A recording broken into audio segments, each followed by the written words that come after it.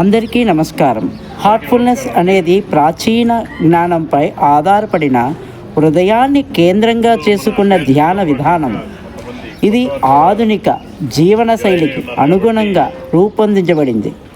ధ్యానం, విశ్రాంతి, క్లీనింగ్ మరియు ప్రార్థన వంటి సులభమైన సాధనల ద్వారా అంతర్గత సమతుల్యత, భావోద్వేగ స్థిరత్వం, మానసిక స్పష్టత మరియు ఆధ్యాత్మిక అభివృద్ధిని సాధించడంపై హార్ట్ఫుల్నెస్ దృష్టి సారిస్తుంది.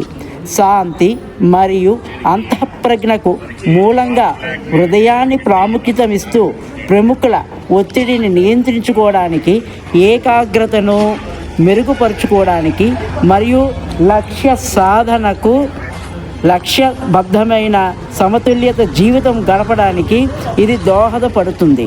ప్రపంచవ్యాప్తంగా లక్షలాది మంది హార్ట్ఫుల్నెస్ ధ్యానాన్ని ఆచరిస్తుండగా శిక్షణ పొందిన స్వచ్ఛంద సేవకుల ద్వారా ఇది పూర్తిగా ఉచితంగా అందించబడుతుంది.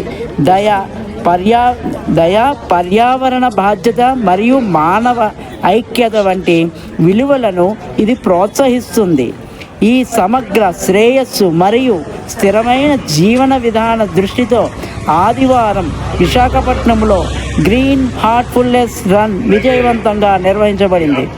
మర్రిపాలెం, పిఎం పాలెం మరియు ఆంధ్ర విశ్వవిద్యాలయం ప్రాంతం అనే 3 ముఖ్యమైన ప్రాంతాల్లో ఈ కార్యక్రమం జరిగింది. విద్యార్థులు, ఉద్యోగులు, వృద్ధులు, కుటుంబ సభ్యులు సహా వివిధ వర్గాలకు చెందిన సుమారు 500 మంది ఉత్సాహంగా పాల్గొని ఆరోగ్యమైన జీవనం మరియు అంతర్ముఖ శాంతి సందేశాన్ని విస్తృతంగా ప్రచారం చేశారు. ఈ గ్రీన్ హార్ట్ఫుల్నెస్ రన్ ఆంధ్రప్రదేశ్ వ్యాప్తంగా సుమారు 40 ప్రాంతాల్లో నిర్వహించిన రాష్ట్ర స్థాయి కార్యక్రమాల్లో భాగంగా జరిగింది. మెరుగైన జీవనానికి ధ్యానం ఎంతో ముఖ్యమో ప్రజల్లో అవగాహన కల్పించడం ఈ కార్యక్రమం ప్రధాన లక్ష్యం. అలాగే 2025 డిసెంబర్ 21 రాత్రి 8 గంటలకు నిర్వహించబోయే ప్రపంచ ధ్యాన దినోత్సవంలో ప్రజలందరూ పాల్గొని సామూహిక ధ్యాన శక్తిని అనుభవించాలనే ఉద్దేశంతో ఈ కార్యక్రమం ప్రారంభించింది. మర్రిపాలెంలో జరిగిన run Heartfulness Visakhapatnam zonal coordinator brother VRN Sharma గారు ప్రారంభించారు. శారీరకంగా వ్యాయామాన్ని అంతర్గతంగా ఆరోగ్యంతో సమన్వయం చేయడం ద్వారా సమతుల్యత జీవనశైలి సాధ్యమవుతుందని ఆయన తన సందేశంలో పేర్కొన్నారు. ఆంధ్ర విశ్వవిద్యాలయం ప్రాంతంలో నిర్వహించిన రన్ను ఆంధ్ర విశ్వవిద్యాలయ ఉపకులపతి జెండా ఊపి ప్రారంభించారు. యువతలో మానసిక ఆరోగ్యం, మైండ్ఫుల్నెస్ మరియు విలువాధారిత జీవనాన్ని ప్రోత్సహించే కార్యక్రమాలకు అకాడమిక్ సంస్థాగత మద్దతు ఉన్నదని ఇది ప్రతిబింబించింది. ఈ కార్యక్రమంలో హార్ట్ఫుల్నెస్ నిర్వాహకులు మరియు స్వచ్ఛంద సేవకులు చురుకుగా పాల్గొన్నారు. జిల్లా coordinator brother B Malleswararao, manager brother P Ajay Kumar మరియు సెంటర్ కోఆర్డినేటర్ బ్రదర్ నాగేశ్వరరావు గారు రన్లో పాల్గొన్నారు.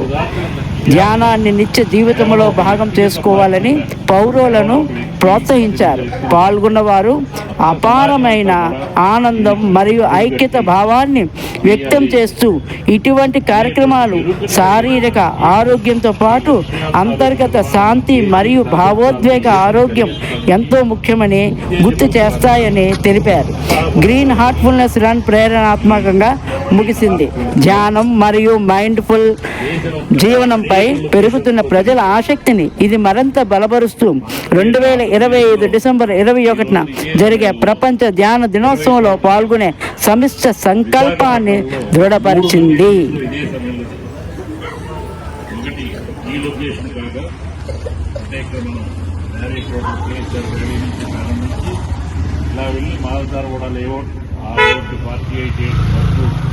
రోడ్డు నుంచి అలాగే ఆర్టీఓ రోడ్డు నుంచి చివరికి జియోలాజికల్ సర్వే ఆఫ్ ఇండియా అక్కడ దాకా ఈ 1.5 కిలోమీటర్ 2 కిలోమీటర్ దాకా ఉంటుంది. అక్కడ దాకా అలాగే రెండో లొకేషను ఆంధ్ర యూనివర్సిటీ మనకి డాక్టర్ బిఆర్ అంబేద్కర్ కాలేజీ ఎదురుగా ఉన్నటువంటి వాలీబాల్ గ్రౌండ్స్ లో 2వ రౌండ్ జరుగుతుంది.